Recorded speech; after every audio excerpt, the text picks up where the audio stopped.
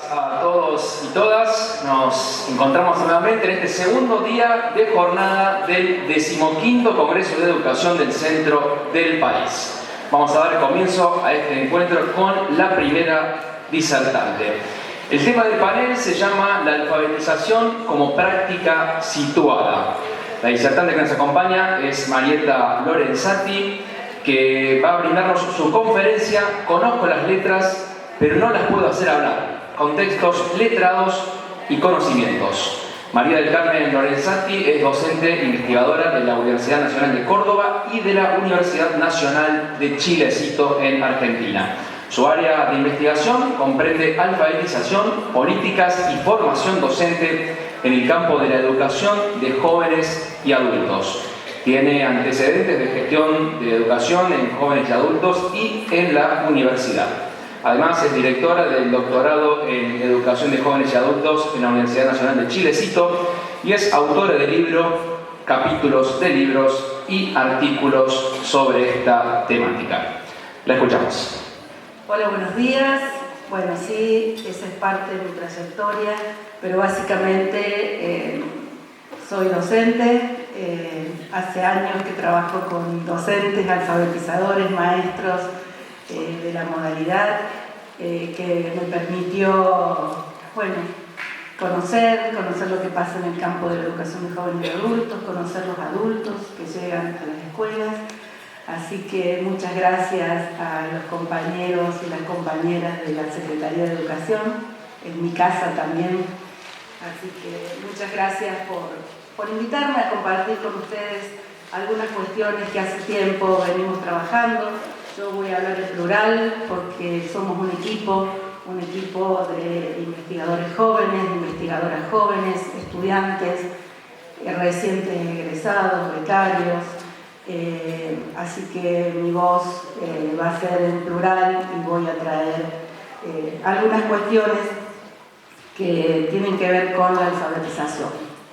El título recupera una expresión de una señora hace mucho tiempo que me decía: conozco las letras, pero no las puedo hacer hablar, ¿no? Y me parece que es interesante tomar esta expresión porque muestra que hay una dimensión de la alfabetización, de la cultura escrita, que tiene que ver con la apropiación del sistema de escritura, pero que también tiene que ver con la dimensión social de la lengua escrita. Yo organicé esta presentación en 3 momentos. En un primer momento voy a presentar un posicionamiento teórico-metodológico para pensar la alfabetización, para mirar los procesos de alfabetización con jóvenes y adultos en particular, porque es mi campo, pero sin duda ustedes pueden pensar la alfabetización en niños, la alfabetización en jóvenes digo en el sentido del secundario común, del primario regular. Luego voy a compartir los hallazgos de una investigación y que nos permite por último reflexionar sobre las consecuencias pedagógicas de este modo de ver a la alfabetización. No uso el mouse, entonces estoy ahí. Bueno, en primer lugar, quiero decir también que hay mucha preocupación en los gobiernos, en los educadores,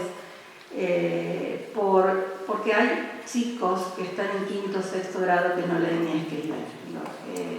Y este es uno de los motivos por los cuales me pidieron que hable de alfabetización. Yo insisto, voy a hablar de alfabetización de adultos, pero creo que es totalmente aplicable en el buen sentido del uso de la perspectiva teórica para pensar por qué no leen ni escriben los chicos de 6º grado, ¿no? Que además no creo que no leen ni escriben. En todo caso, discutamos qué cosa no leen ni escriben. Entonces, una primera pregunta que yo me hacía es ¿qué implica hablar de alfabetización en jóvenes y adultos? ¿Y quiénes son los jóvenes y adultos que llegan a los centros educativos? De hecho, son sujetos sociales, sujetos con conocimientos, sujetos que han construido conocimiento en los distintos espacios por donde circulan. Ayer lo decía Mariana, en el sentido de trabajar con los niños pequeños, el vos podés. Nosotros planteamos siempre la necesidad de comenzar a trabajar mirando a los sujetos jóvenes y adultos como sujetos con potencias, con sujetos que sí saben, sí hacen, sí pueden, y no desde la carencia, ¿no? Que eso también está muy instalado, pero está instalado desde la preocupación de los educadores. ¿Sí? ¿Cómo le enseño a leer y escribir? Y en esta perspectiva y nuestros trabajos nosotros tratamos de corrernos del cómo. Ayer di una conferencia en el Sindicato de Río Negro para educadores de adultos y la primera pregunta que aparece es ¿cómo enseño en el plan de alfabetización? ¿No? Entonces nosotros tratamos de trabajar desde otro lugar, tratamos de entender y mirar a ese joven y adulto con los conocimientos que trae de la cultura escrita. Y esto es todo un posicionamiento, y esto significa, y aquí recupero lo que dice Judith Kallman, investigadora mexicana, que alfabetizarse significa usar la lengua escrita para participar en el mundo social. ¿Pero qué quiere decir esto? ¿Qué significa alfabetizarse? Es esto, es participar en el mundo social. Y acá tenemos una primera cuestión que nos tira una consecuencia pedagógica, ¿no? Participar en el mundo social implica, en términos pedagógicos, en términos de intervención pedagógica, pensar actividades con la lengua escrita que tengan propósitos reales. Digo, yo voy a ir mixturando este posicionamiento con algunos modos de pensar la intervención pedagógica. Y cuando digo propósitos reales, no estoy diciendo llenar el pizarrón con mame mimón, ¿no? Digo, pensemos en cuáles son las acciones, cuáles son los propósitos que desarrollan los sujetos que no leen ni escriben convencionalmente, donde interactúan con objetos escritos. Vivimos en un mundo letrado. Compartimos todos los días en la cotidianeidad con objetos escritos, trabajamos, circulamos por las calles. Y en este sentido es que desde la perspectiva sociocultural que emerge en los 80, en investigaciones, toda la línea anglosajona, y después se profundiza con los nuevos estudios de literacidad de un grupo inglés que coordinaba Brian Street y se llama literacidad porque es la traducción de literacy, que en inglés quiere decir alfabetización, pero quiere decir alfabetización entendida como esto, como práctica social y no como habilidades o destrezas, que es lo que generalmente se plantea, ¿no? Es decir, la alfabetización como la decodificación del fonema en grafema, el estudio de las vocales, el estudio, hay mucho para discutir y para charlar sobre esto, pero esta perspectiva justamente entiende que la alfabetización es una práctica social y que está enmarcada en otras prácticas sociales. Se lee y se escribe por algo, se lee y se escribe para alguien, siempre. Aún armando esta conferencia, yo pensé en el auditorio, pensé en lo que me había pedido Paula específicamente. Siempre hay un otro en la práctica social mediada por la lengua escrita. Hay un autor, Barton, que dice que la lectura y la escritura es lo que hace la gente con la lectura y la escritura.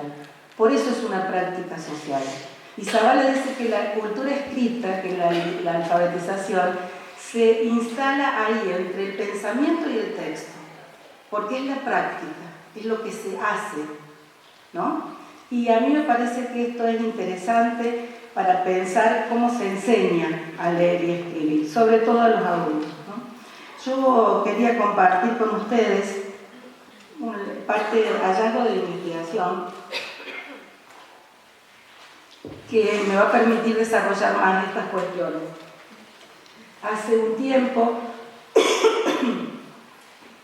Yo desarrollé esta investigación con 2 personas en Córdoba que no leen ni escriben convencionalmente, es decir, que no se apropiaron del sistema de escritura, que no pudieron hacer hablar las letras, para ver cómo se movían en el mundo social justamente sin estos conocimientos formales de la lectura y la escritura.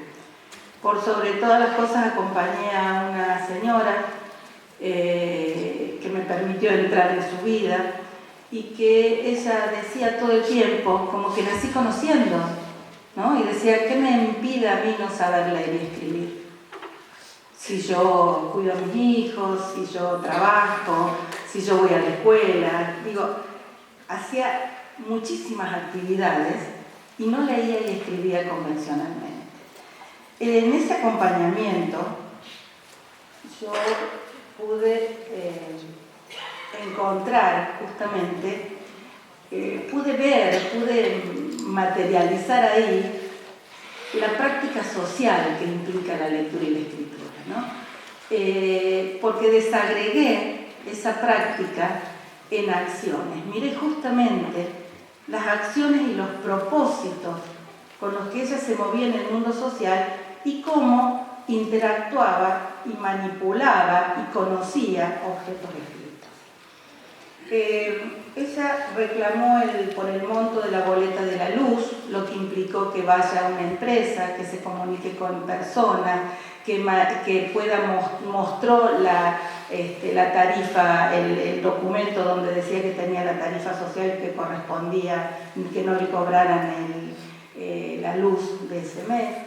Ella cobraba un subsidio estatal, por lo cual sabía perfectamente el valor de la asistencia a la escuela y el valor del documento que la maestra comunicaba al Ministerio de Trabajo para que le pudieran cobrar. Es decir, yo voy a tomar específicamente este ejemplo. Ella vendía productos de Avon, por lo tanto todos los días llegaba a la escuela con el catálogo de Avon y hacía lo que hace todo el mundo que vende Avon. Es decir, no era una acción única que respondía a su condición de no leer y escribir convencionalmente. Ella acercaba, como hacen todos los que leen y escriben, y les decía, anotate. Pero ella sabía que en esa anotación decía Laura, decía Antonia, decía María, decía... ¿no? Entonces, también participaba en la iglesia evangélica, era maestra de niños, así se veía, así se llamaba. Y por último, asistía a la escuela nocturna. Ella asistía a la escuela nocturna porque le pagaban el plan. Y lo tenía muy claro. Ese era su objetivo. Iba a la escuela porque le pagaban el plan. Pero en la escuela también escribía. Y en la escuela también demandaba atención de la maestra. Y en la escuela se comunicaba con sus compañeros. Y en la escuela vendía Avon, ¿no? Digo esto porque estos distintos espacios, esto implicó la escritura y la lectura en distintos espacios y en el marco de otras acciones, de otras prácticas sociales más amplias. Esto muestra el por qué, el para qué. Voy a tomar el ejemplo del subsidio estatal, porque me parece que da cuenta de acciones que los adultos que van a la escuela realizan por fuera de la escuela y que muchas veces solamente digo que están 3 o 4 horas en la escuela y que como docentes, como educadores, a veces no pensamos o los etiquetamos y son estudiantes y están ahí y solamente nos remitimos a la lengua como objeto escolar, ¿no? Como disciplina escolar. La lengua escrita, cuando entra a la escuela, entra como una disciplina escolar. Entonces digo, quiero compartir con ustedes, y esto es algo que hacemos en los talleres con educadores, porque es un modo de decir, bueno, todo esto hacen las personas por fuera de la escuela. Este es el uso social de la cultura escrita. Esto es una práctica social y son los distintos usos que se van haciendo en función de los contextos en que demandan ese uso. Porque Marta Graciela que es la señora de la investigación, desarrollaba una acción concreta con la lengua escrita en el banco, otra acción concreta con Avon, es decir, fue el contexto de uso de esa lengua que le demandaba a ella determinadas cuestiones acerca de la lengua escrita. Por ejemplo, firmar en el banco, firmar en el trámite de EPEC, la oralidad tenía una fuerte presencia en la iglesia, ¿no? Y en todos esos lugares yo pude ver una alfabetización impuesta, una literacidad impuesta. La iglesia le hacía rezar en la oralidad, el banco le hacía firmar en determinado papel, el comprobante de la empresa de luz igual.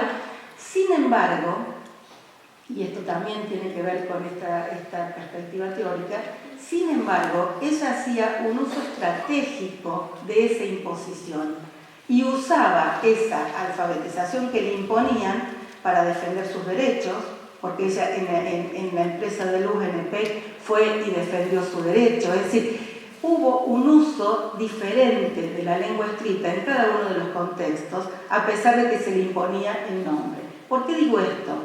Porque las prácticas letradas constituyen identidad. Hay una identidad letrada. Ella se sentía madre de su hijo y maestra porque se sentaba al lado de él hasta que no terminaba la tarea, ella no se levantaba. Aunque yo no sepa leer y escribir, yo soy la madre y me tengo que sentar ahí. O sea, había un conocimiento explícito del valor de la cultura escrita. Ella se sentía, y de hecho lo hacía, maestra en la iglesia y trabajaba con la Biblia, una Biblia para niños, y ya voy a especificar más esto. Ella conmigo se mostró absolutamente analfabeta siempre, en el peor sentido y en el sentido peyorativo del término. Me ponía en la situación de que yo tenía que leer. Es decir, esto mostró las distintas identidades que ella fue cumpliendo en los distintos contextos. Pero me interesa trabajar específicamente lo del contrato de EPEC, de la tarifa social, porque cuando llegamos yo la acompañaba siempre a las distintas acciones. Fue una metodología intensiva, trabajé 3 meses con ella y a donde iba yo, y ella se apropió de mi investigación y se sentaba con el grabador. Y cuando llegamos, ella le preguntó, fue a cobrar al banco el subsidio. Perdón, voy a tomar el subsidio social porque me parece más interesante. Ella fue a cobrar al banco. La cajera del banco le dijo, no estás en esta lista.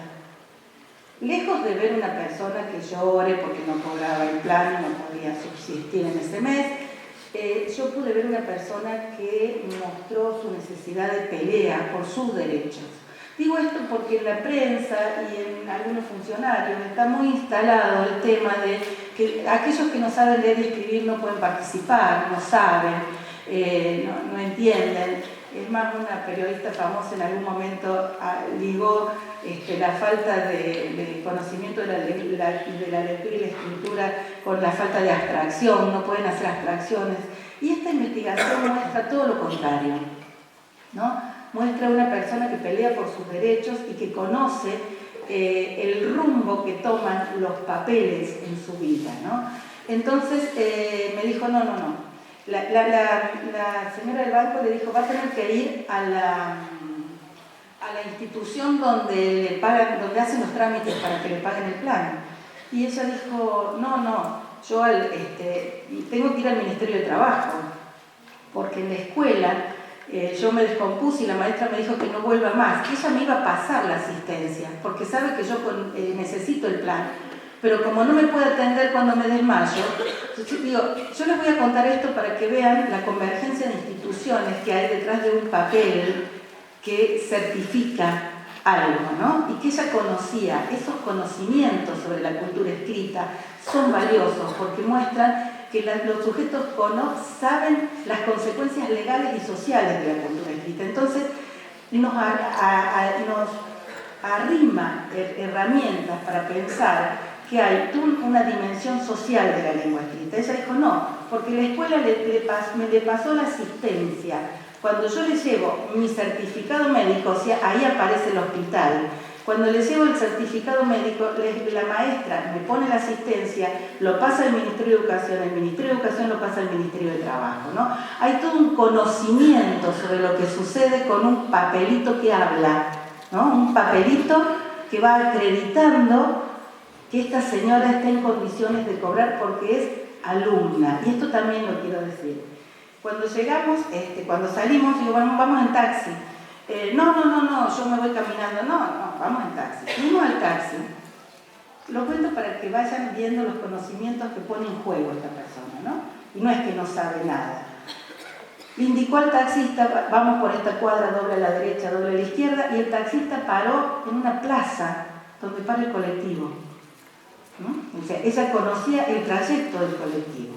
De allí caminamos 2 cuadras hasta el Ministerio de Trabajo. Conocía perfectamente el número del piso donde era.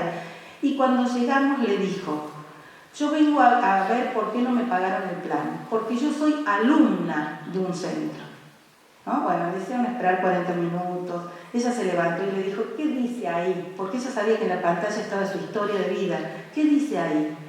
Entonces le dijeron, bueno, tienen que ir al Banco Nación. De ahí nos fuimos nuevamente al Banco Nación, sacó un papelito donde decía, había una letra y un número, supo perfectamente cuando le tocaba el turno.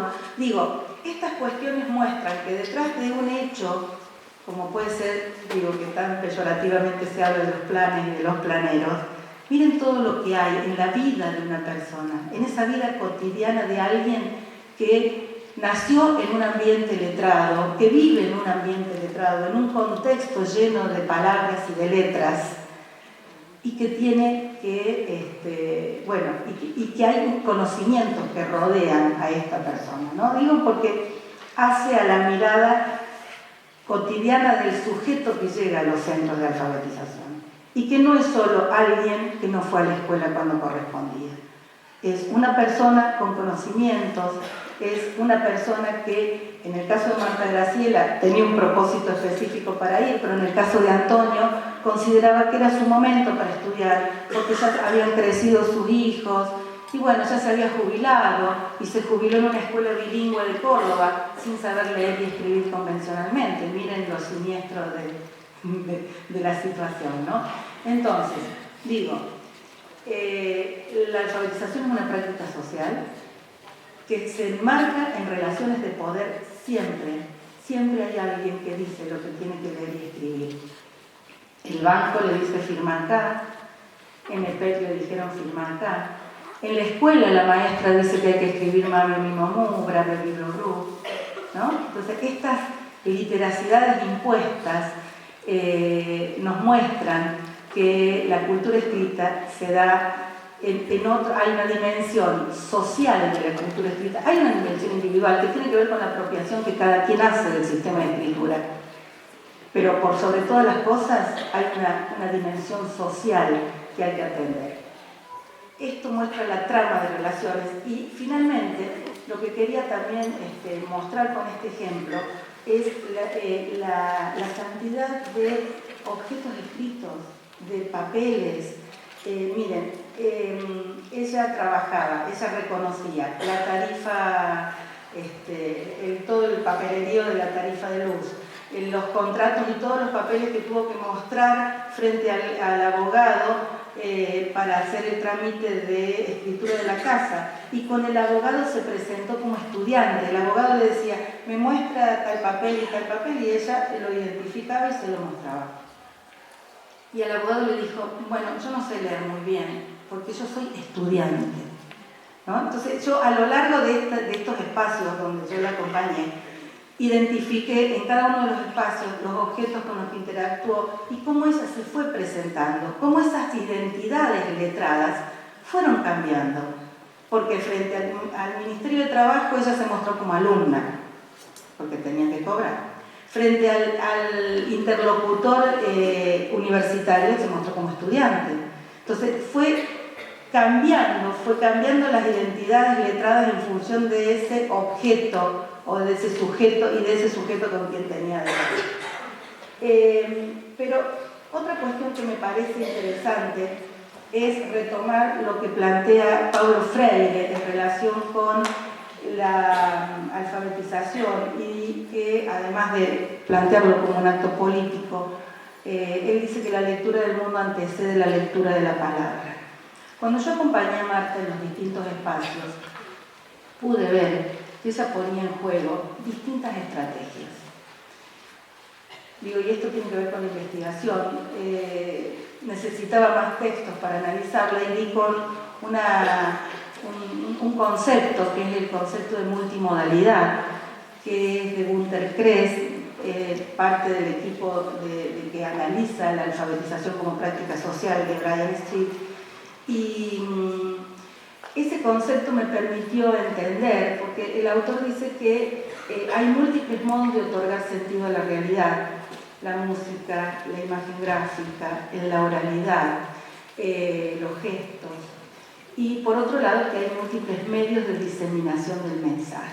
Y la verdad que Marta Graciela tenía teléfono fijo, tenía teléfono celular, se comunicaba con todo el mundo, ella no tenía problemas, hablaba con todos. Digo esto porque la oralidad forma parte de la lengua escrita, hay un continuum entre oralidad y escritura, ¿no? No es que solamente vamos a escribir, la oralidad forma parte de los procesos de alfabetización. Y yo pude observar, y ahí me di cuenta que lo que yo llamaba estrategia eran distintos modos, ¿no? Y en esos modos, esa es la Biblia de niños, donde ella se manejaba con imágenes. Otra cuestión que entra a tallar fuertemente en las personas que no leen y escriben convencionalmente es la memoria visual, la memoria gráfica. Porque ella sabía los versículos de memoria y podía identificarlos en el texto de la Biblia. Lo pude ver en la red evangélica. Esa heladera que ustedes ven es la heladera de la casa de Marta. Marta vivía en un contexto, su casa era un contexto letrado. Tenía afiches por toda la casa, oraciones, tenía estampitas, tenía tarjetas. Digo, yo creo que leía mucho más de lo que mostraba y hacía un uso estratégico de su condición de analfabeta, pero eso es una hipótesis que no la pude verificar. Ahí tienen lo de Agón, manejaba los números, conocía los números. Entonces, esta investigación me permite compartir otros modos, lo que nosotros hacemos con los educadores en los talleres, es decir, todos estos objetos que puedo mostrar, que sí vi, que Marta Graciela conocía, ¿qué pueden ser dispositivos de enseñanza, ¿no? Y un ejercicio que hacemos es que registren los educadores, y los invito a todos, que registren los carteles, bueno, esto, ¿no? La materialidad de la lengua escrita alrededor de la escuela. Y que después, nosotros tenemos una guía que indaga sobre lo que cada estudiante de los centros consideran objetos escritos que tienen en su casa: la estampita, el carnet de vacunación, el documento, la Biblia, ¿no? Y después que vienen los educadores con esta información, preguntamos cuántos de estos objetos escritos se disponen, los usan como dispositivo. Y en general ninguno, porque tampoco hay procesos de formación para que ayuden a pensar. Los planes de alfabetización caen con cartillas, con videos, ¿no? Y se cosifica la lengua, se cosifica como una disciplina escolar. Y aparece la gramática, y aparece la ortografía.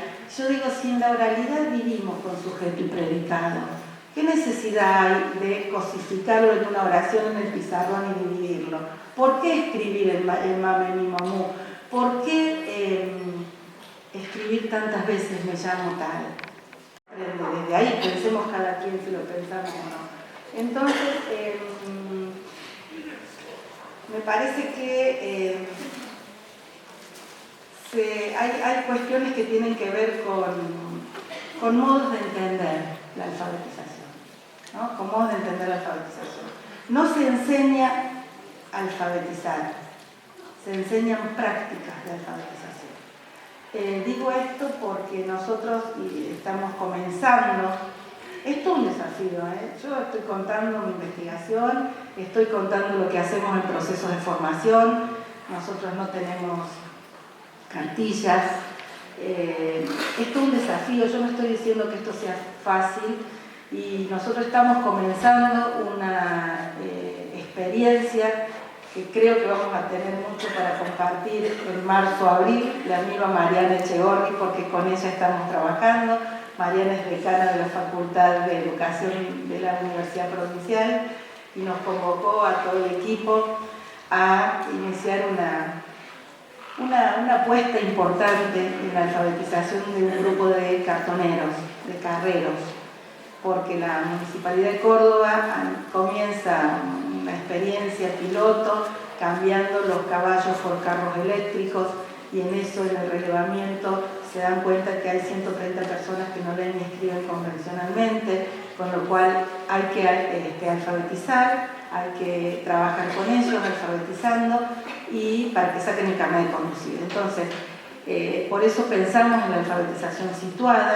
Estamos trabajando, comenzamos en 10 días, comienzan las alfabetizadoras, que son un grupo de psicopedagogas y pedagogas sociales, y en estos momentos estamos desde esta perspectiva teórica tratando de pensar algunas de estas preguntas, porque precisamente el grupo de estudiantes que vamos a tener tienen una particularidad, que es un propósito definido. Ese propósito definido es sacar el carnet de conducir, ¿no? Entonces vamos a trabajar desde allí. Y una de las cuestiones que también presenta como una gran potencia esta experiencia es que vamos a trabajar con personas que tienen, creemos nosotros, mucho conocimiento de cultura escrita, porque están en las calles, porque saben, conocen las calles, los nombres de las calles, porque están trabajando con objetos escritos, están levantando cartones que tienen letras, que tienen... me parece que esto es una de las cuestiones, va a ser una experiencia muy interesante para construir conocimiento acerca de los procesos de alfabetización. Una de las primeras preguntas que nos hacemos es, con el grupo que va a alfabetizar, cómo se reconocen las demandas para leer y escribir. En este caso hay una demanda concreta, que es sacar el carnet de conducir. Pero ¿por qué? ¿Cuál es el propósito de la alfabetización? ¿Para qué? ¿Con quiénes? ¿Cuándo? ¿Dónde? Esas son preguntas que nos corren del método. No hay un método para enseñar a leer y escribir a adultos. Hay un modo de pensar la alfabetización. No es una cuestión dicotómica. No hay analfabetos y alfabetizados. No hay analfabetos funcionales. Eso fue un invento de Estados Unidos en la posguerra, cuando dijo, bueno, hay alguien que sabe algo y le llamemos alfabetización funcional. ¿Y ese algo qué será? Y bueno, y alguien dijo un 5º grado. Así empecé a alfabetizar yo en el año 85 en el programa del gobierno de Alfonsín. Había analfabetos funcionales y analfabetos puros. Hoy se sigue hablando de analfabetos funcionales. No existen. Hay personas letradas con conocimientos de las letras, con conocimiento de las consecuencias sociales y legales de la cultura escrita. A la gente le pasan cosas por pobre, no por analfabeta. Y digo esto porque echaron a una señora, desalojaron a Ramonita hace varios años de un campo porque no tenía la escritura. Y no tenía la escritura, según la Voz del Interior, porque era analfabeta. Y no tenía la escritura porque vinieron de otros lugares a querer el campo para la soja. Y no tenía la escritura porque era pobre, porque nunca pudo hacer el trámite, porque en la justicia no le llegaron el apunte. Entonces, para volver al espacio áurico específicamente, cuáles son los objetos escritos, cuando se inundan las calles del barrio, cuáles son los que reconocen en su casa, cómo construir contextos letrados. 10 me falta, un montón. Cómo construir contextos letrados en espacios de alfabetización, ¿no? En esta experiencia que les digo, este miércoles, nos juntamos todos los miércoles, trabajamos la primera pregunta, ¿no? La primera pregunta es cómo pensamos, cuáles son los conocimientos que los carreros traen al espacio áulico y cómo pensamos la primera clase, ¿no? Entonces, hubo re interesante las propuestas, pero un grupo dice, bueno, nos vamos a presentar y vamos a enseñar las vocales. Y después, cuando primero digan el nombre, les vamos a escribir el nombre en el pizarrón y les vamos a decir que escriban varias veces el nombre, varias veces el nombre. Y otro grupo dijo, y llevamos el abecedario. Y entonces nos dejaron picando para plantear desde esta perspectiva justamente que no se puede trabajar solamente la vocal. Eso viene después, y acá entramos con la perspectiva psicogenética, ¿no? Que nos entiende, que nos da elementos para pensar en qué parte del proceso de la construcción del conocimiento están los sujetos. Pero digo, tampoco el abecedario, porque volvemos al planteo de la señora, que no era Marta, que era otra persona, que me decía, conozco las letras pero no las puedo hacer hablar. Entonces, son otros los modos con los que hay que llegar a la letra. A la letra sola se llega después. Siempre hay alguien que sabe más. En esta investigación, cuando yo pude identificar a la multimodalidad presente, los distintos modos que ponía en juego Marta, pude darme cuenta además que los modos solos, per se, no aportaban mucho. Siempre había alguien más. Ella le preguntaba a alguien, y no a cualquiera. Ella identificaba al policía que sabía cómo indicarle a dónde ir. Ella mixturaba la orientación de la oralidad que le daban con el escrito que le había pedido a alguien para ver a dónde ir. Ella se bajaba en el ómnibus en esta esquina porque había un cartel rojo, pero también tenía escrito la dirección a donde tenía que ir, ¿no? Entonces, estas cuestiones implican un desafío en la práctica. Implican un desafío porque nosotros venimos bastante, y digo, un desafío para nosotros. Esta experiencia con los carreros va a ser un gran desafío y es una cadena formativa, porque nosotros como equipo de investigación estamos formando egresados de 2 carreras universitarias que van a alfabetizar adultos, pero son estos adultos los que no leen ni escriben convencionalmente, los que nos van a enseñar a nosotros maneras de enseñar prácticas de alfabetización. Cómo trabajamos desde la práctica, desde los usos de esa alfabetización, de esa cultura escrita.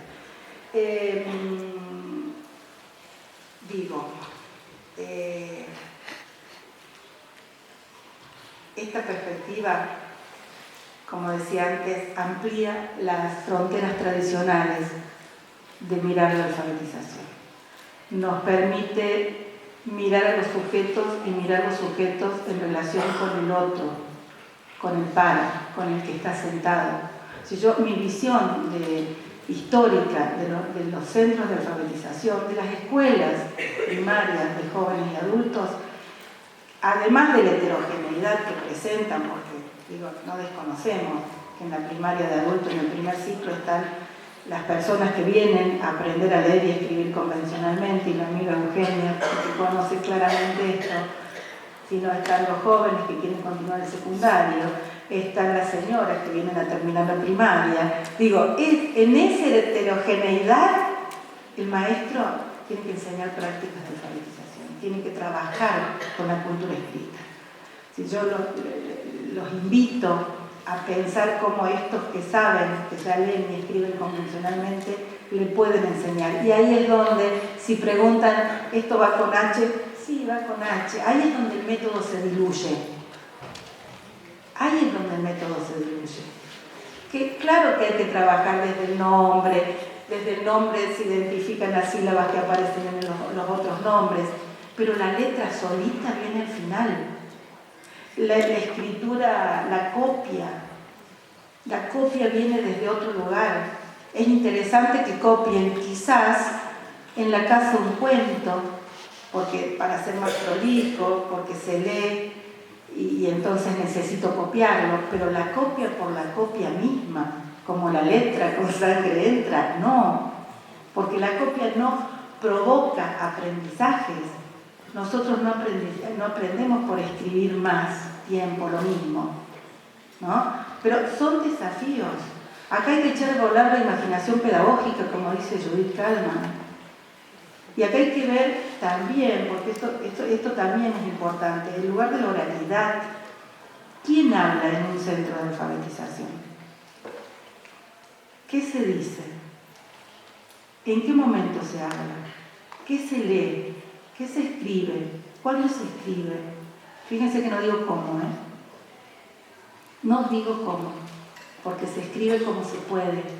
Y en el escribir como se puede, aparece el conflicto. Aparece el conflicto, como dice Emilia Ferreira, ¿no? Aparece, porque las personas se dan cuenta cuando no está bien escrito, completo.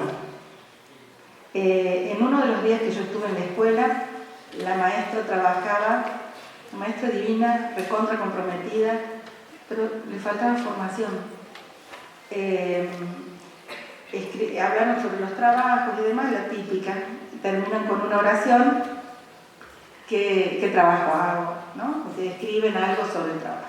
Eso es una actividad típica, porque además, otra cuestión, que encorseta el uso social de la lengua escrita es que cuando la lengua entra a la escuela, y ya lo dije, entra como objeto escolar. Y entonces aparece, hay que completar la palabra. La casa de Emma está socia o sucia. El auto está roto o roto, ¿no? Y entonces entran este tipo de actividades.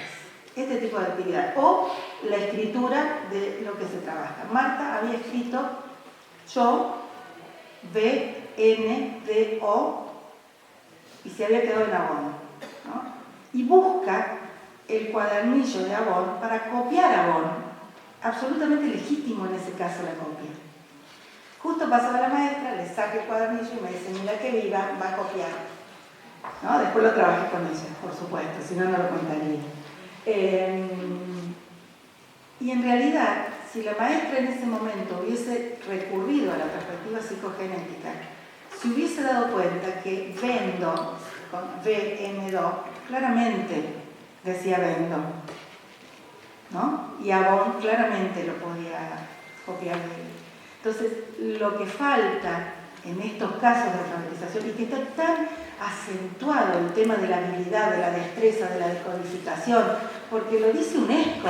UNESCO todavía hoy, desde los 40 que habla de alfabetización funcional, los 50, los 40 cuando se crea UNESCO, entiende la alfabetización como una habilidad.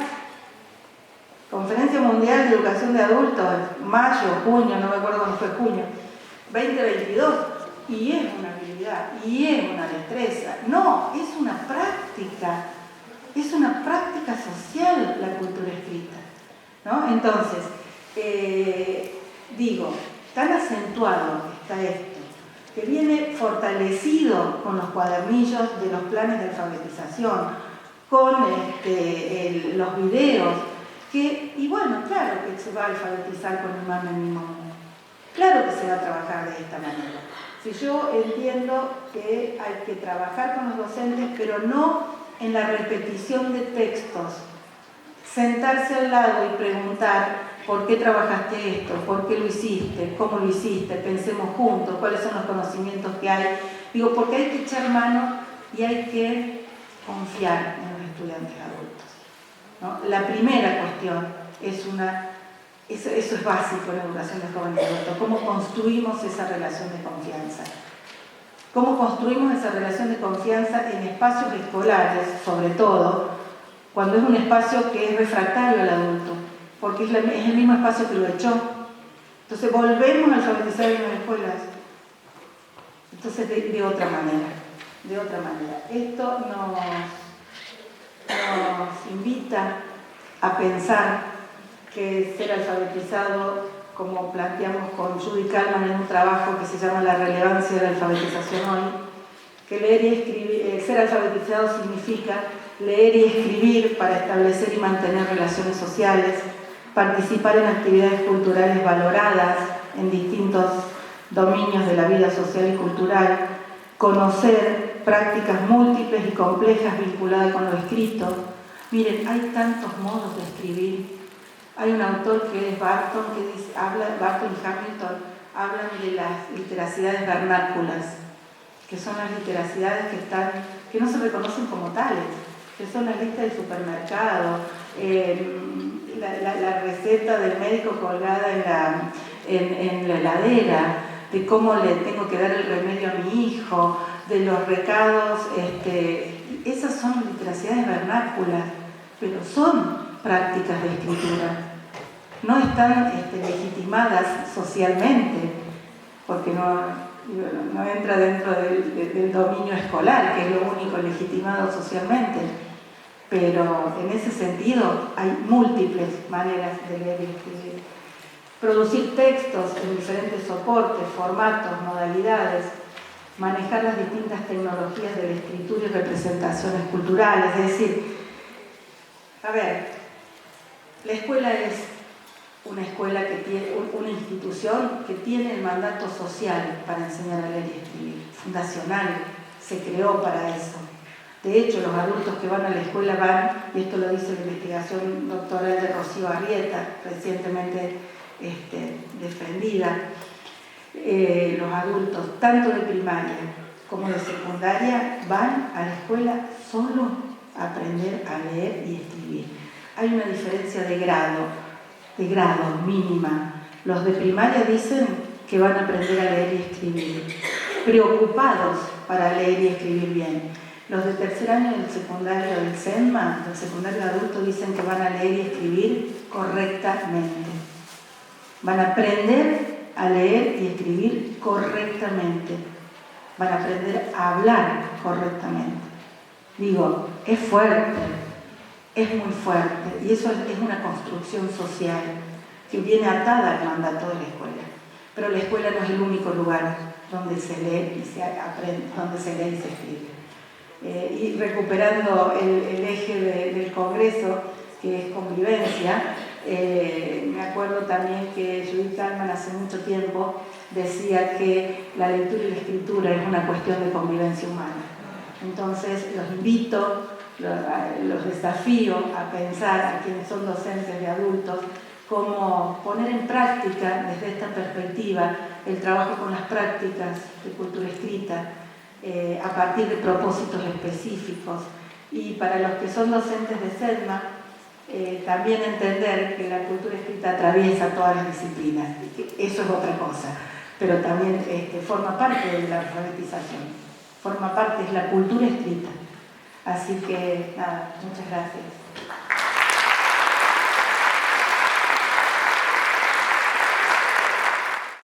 Muy bien, bueno, agradecemos a Marieta. Vamos a dar espacio ahora a los 10 minutos de intercambios y consultas. Ahí va. Bueno, agradecerte, Marieta, no solo la ponencia, sino también tu compromiso con la alfabetización, con el trabajo en el terreno, muy interesante. Tenía una pregunta doble quizás con respecto a la alfabetización. La primera es, bueno, veo que problematizás, digamos, esta rapidez con la cual hablamos de analfabetismo, como si no existiera prácticamente el analfabetismo, no sé si interpreto bien, pero ¿qué hacemos en ese caso con lo que muy normal, muy rápidamente nos piden los organismos de crédito o las organizaciones internacionales, que uno de los primeros datos que te piden de una ciudad para ver cómo vamos a trabajar, cuál es el piso, de dónde empezamos, cómo colaboramos, es el analfabetismo de tu ciudad o de tu provincia o de tu país? ¿Qué hacemos con eso? Si hay alguna solución, si habría que desterrarlo o si hay alguna forma intermedia. Y la otra pregunta que tengo es que a veces veo que alfabetización se usa no solo en un sentido estricto como estas definiciones que vos nos propusiste ahí y la crítica que haces a la definición que todavía sigue dando un eco que me consta, pero a veces veo también que se usa alfabetización en un sentido amplio. Por ejemplo, se habla de alfabetización digital o alfabetización tecnológica. ¿Es el mismo concepto o es un uso quizás ampliado, no sé cómo lo tenemos que entender en ese sentido. Muy buenas preguntas, doctor Ríos. Bueno, primero no vamos a pelear contra los molinos de viento, con UNESCO y con los organismos de crédito. A ver, yo creo que los datos del analfabetismo son mentirosos. Primero, una cuestión formal que es así como lo plantean los organismos internacionales, los gobiernos, todos plantean, bueno, es un dato duro, que es muy difícil moverlo en términos de dato duro. Yo creo que esos datos también mienten, son mentirosos por varias razones. Por eso nosotros cuando empezamos, yo trabajo acá en la Secretaría de Educación desde el año 2016, creamos un programa de adultos y necesitábamos los datos para empezar a trabajar, y una cuestión que desterramos fueron los datos censales. Y voy a ir después, puedo contar otras cuestiones sobre los datos, pero en ese, los datos censales creo que ocultan una realidad por varias razones en relación con el analfabetismo. No lo vamos a mover porque es un dato duro ahí. La primera pregunta te la respondo desde ahí, no es mi intención. Mi intención es elaborarlo desde otro lugar, ¿no? ¿Por qué? Porque hay quizás vergüenza de plantear que no se sabe leer y escribir convencionalmente. Hay personas que sí acreditan en un certificado de finalización de la primaria, pero por su ausencia de uso se olvidaron. Tuvimos varios casos de olvido de la cultura escrita. Entonces hay gente que no sabe y que está escolarizada. En ese sentido son datos duros. En relación con el concepto ampliado de alfabetización, Berta Braslavsky ya lo planteaba hace tiempo, una crítica de esta moda de ponerle alfabetización a lo que no se conoce, ¿no? El mismo Günter Kress, que es el autor de Multimodalidad, plantea que se habla de alfabetización donde hay un evento comunicativo y está presente la cultura escrita. Quizás me animaría a hablar, sí, de alfabetización digital, porque ahí hay una cuestión que tiene que ver con la cultura escrita, pero Berta Braslavsky ya lo cuestionaba hace mucho tiempo, a ese concepto ampliado de la alfabetización musical, la alfabetización. ¿Qué tal? Buenos días, mi nombre es Noelia. Mi pregunta puntualmente con respecto a la alfabetización, que tan discutida está, sobre todo en las escuelas secundarias y con este proyecto de leer y escribir el mundo en las escuelas cordobesas, donde parece que le corresponde a los profes de lengua, de alguna manera creo que es una discusión que se mantiene hace tiempo en la alfabetización. ¿Qué bibliografía puntualmente podemos trabajar en las escuelas entre los docentes y también de los docentes hacia los alumnos? Ya sea el primer año, que tenemos esta queja de no saber leer y escribir, y termina el sexto y no saben escribir un informe, que es por ahí la queja de la universidad hacia el secundario. Y van a la universidad y no saben estudiar. Y así seguimos en los niveles. Bueno, pero mi pregunta puntualmente es esa: ¿qué bibliografía podemos utilizar hacia el interior de la escuela, teniendo en cuenta que hay tanta variedad de autores y de miradas sobre la alfabetización, que quizás cuando yo estudié mi profesorado de lengua ya no es el mismo que usan hoy los chicos que están estudiando el profesorado, porque es otro el paradigma y otra la mirada también sobre la enseñanza de la lengua? Sí, mira, bibliografía desde la perspectiva del nuevo estudio de literacidad, hay mucha. Yo diría, Zavala tiene un texto muy claro que se llama Lo que la gente hace, me parece. Kalman tiene mucha bibliografía. Nosotros, con Judith Kalman y con el equipo de adultos, con Pablo, con Alfredo, Florencia, escribimos varios textos en la pandemia, recuperando lo que hicimos en pandemia. Hay un texto específico que, lo googlealo, pero está en la web, Kalman y Lorenzati, donde trabajamos específicamente cómo enseñamos un cuento, cómo trabajamos en la pandemia un cuento para analizar las prácticas sociales alrededor de la cultura escrita, las respuestas de los estudiantes, cómo no hay una única respuesta, cómo atender. Bueno, ahí todo esto se liga también a la evaluación, ¿no? Pero voy a recuperar algo que planteaste que me parece interesante y que también lo discutimos con los equipos móviles de acá de la Secretaría de Educación, y que tiene que ver con este relato, que no le quito veracidad, no le quito veracidad, que los chicos no escriben, ¿no? Que había un grupito de escuela secundaria que no escribían. Y ahí yo le preguntaba a Paula, ¿por qué no escriben? No escribe la cultura escrita de la escuela, no escribe el objeto escolar. Bueno, trabajen desde videos, trabajen desde otro lugar, crucen la calle. A ver, vayan a la vereda del frente, porque el formato escolar para las generaciones creo que está un poco perimido, y no soy de las que no defiende la escuela pública, a muerte la escuela pública. No me siento en la desescolarización para nada, pero creo que sí hay que cruzar la calle y pensar, y supongo que Paola puede dar más herramientas sobre el tema, por eso le invitamos, pero creo que hay que pensar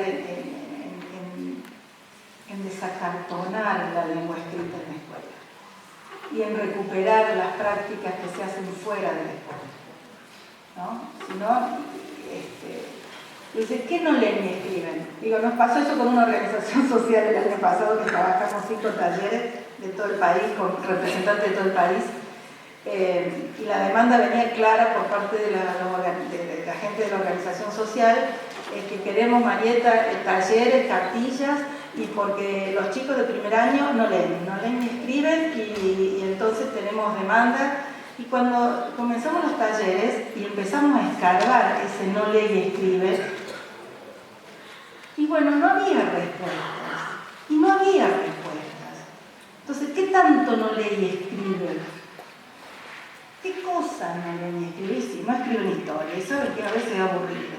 No escribe en geografía, y a veces, así como la dan, es aburrido. Entonces, me parece que hay que mirar un poco más allá, sobre los intereses. Volvemos al comienzo, ¿no? ¿Cuáles son los propósitos específicos de una práctica? Y ahí anclar la cultura escrita. No sé si te respondí.